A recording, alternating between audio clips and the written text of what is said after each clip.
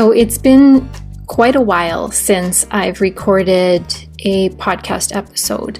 And a big part of why I stepped back from it was because it felt like it had become something that I have to do, that it just kind of lost the vision that was underneath it and that deeper desire to do it. And not that you have to have like such a strong drive and vision to do everything in your life. In fact, that's quite challenging to do.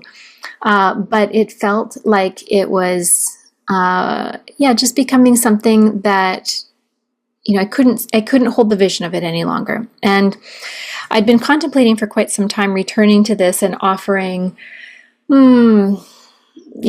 new reflections and the shifts and changes that have happened in my own life and my own experiences, and also perhaps connecting with you in a different way. So if you have been with me for a while in terms of the podcast, which was the Inspiration Network, and likely now has a new name, that's what I'm planning right now, then you know that it's really what's alive in my space. And a lot of what I share in terms of work has been the same.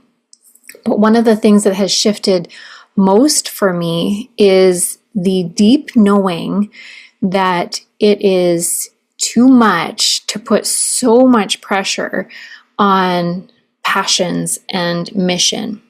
To have it be all things in our life can feel really challenging because it introduces these other aspects of potentially scarcity. So, we have all of these different things in our life that we're learning through, we're learning with.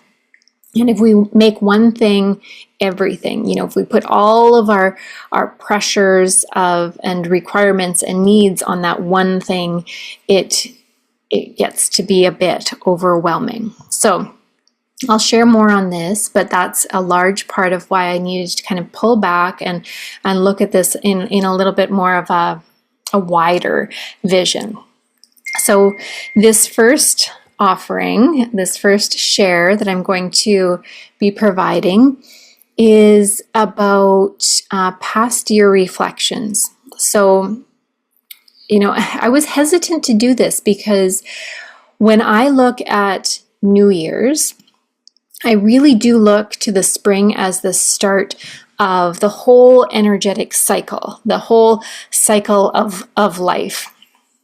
And yet, so many people in our culture do tend to see the start of the Gregorian New Year, so that calendar New Year that we tend to use, January 1st, as being an important time for starting. So rather than starting, I'm going to be talking about what it means to look back and why. So this is a practice that I do each year. I actually haven't done it this year yet. I've started, but I haven't completed it. And so I'll be completing it soon. So I'll keep mining the lessons. But what I do is I go back over the past year and I look at each of the months. I like to pull out, 1 to 3 key experiences from each month of the year and look at them more closely. So I will ask myself, what did this experience mean to me? What did it teach me? And also what, if anything, is still remaining for me to, what's still there in terms of energy.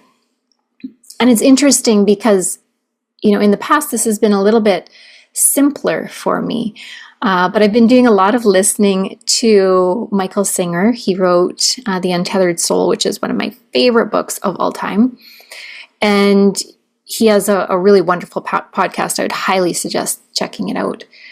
And he speaks to, the things that we are challenged with, the mental issues in terms of what shows up in our life and what we really are navigating in our life as challenges. are all related to mind and what we haven't allowed to move through us. So it's good to let things in, right? We want to be feeling things deeply. We want to be experiencing life to its depth, to its fullest possibility. And yet, if we cling to it, if we hold on, if we resist as it comes in and we don't let it go, it takes a hold of us. And it needs to move. It needs to move in our space for us to continue to move forward. Or maybe not forward isn't the right word, but to continue to be present to what is. If we're holding on to so many things that have caused challenge for us, it's really difficult to be present with what is. It's like all of these things are in the background or vying for attention at the same time. And so this practice has been really highlighted for me this year of why we do that, why we look to see, what might still be energetically around that, so that we may have the opportunity to see what is still remaining and perhaps is asking for our attention, and maybe also to see what might be coming up in terms of the coming days or weeks or even years, in terms of lessons that we are living and understanding why that is. So rather than it being, life is happening to me, I get to really look at it as an opportunity for release and for moving into deeper and deeper presence. So that's the practice. It's really simple. It is more challenging than you probably would think before you've tried this. And one of the biggest questions that I get asked in terms of this yearly review is how to do that. Like, how do you actually remember what happened? And one of the easiest ways that I find is to pull up my phone, look back at my pictures from each of the months, and it just kind of helps to jog my memory with that visual aid. Sometimes I've captured the key experiences, sometimes I haven't. It's like in the spaces between. But it's a really easy way to do that. And this can be a really powerful one to do alongside a partner. Like if you've noticed that there's a lot of like crossover in your lives over a year, doing it separately and then sharing with another person can be really helpful. Just being witnessed in that. I know my partner Matt and I did that 1 year in particular, where we went through a major transition in our life in terms of moving and kind of what felt like the ending of a dream. And it was really important and powerful for us to reconcile some of the pieces and what was showing up in our relationship, because like we hadn't dealt with it really. So that's the simplicity of it. Now, there isn't more to do with it right now. I will absolutely be sharing more about visioning and some other key aspects of what's been showing up in my space in terms of community and what it means to gather intentionally. Like there's a lot in that way. But for now, that feels most alive and most important, is to look back and to consider what it is that I've learned, or what it is that this event has meant to me. Like why is it important? And remembering that it can be small, like it can be just the smallest thing, but it made an impact. And then what are the lessons that I've learned from that? So there's 3 components.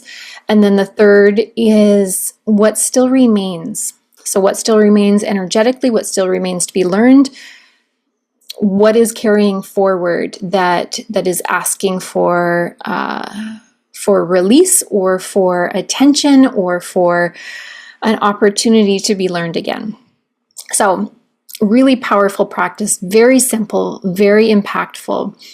And yeah, that's my invitation, that if you are choosing to utilize this time of year as a stepping stone of a new beginning, then start with looking back. Start with taking the time to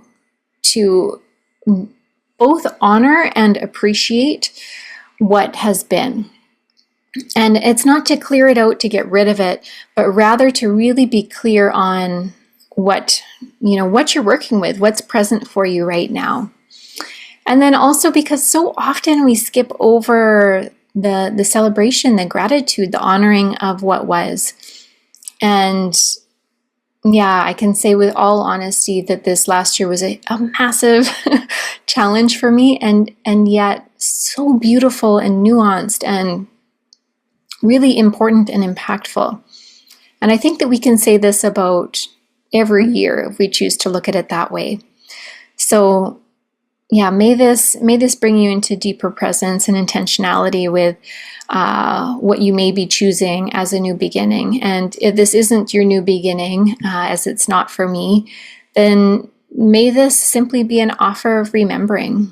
And perhaps this is something that you do in the spring when when the sun starts to warm us and the snow is melting and those first blades of grass are coming through. May you look back and remember those cycles of nature that guided you through the past year. And that's just one of the things that I feel so deeply grateful for about living in the Northern Hemisphere where I do in Canada, because I do get the opportunity to experience these seasons. And while I've said to myself many years in winter, like, oh, next year I'm going to plan to be away for winter. Every year that I've spent here has been a deepening, has been an opportunity for a depth, a pause, a depth of sorts that I don't think I could have experienced without the help, without the reminders, without the tending to nature and what she was offering and sharing. So yeah, thank you. Thank you for being present to this and your willingness to listen and maybe reflect and allow this in your own way.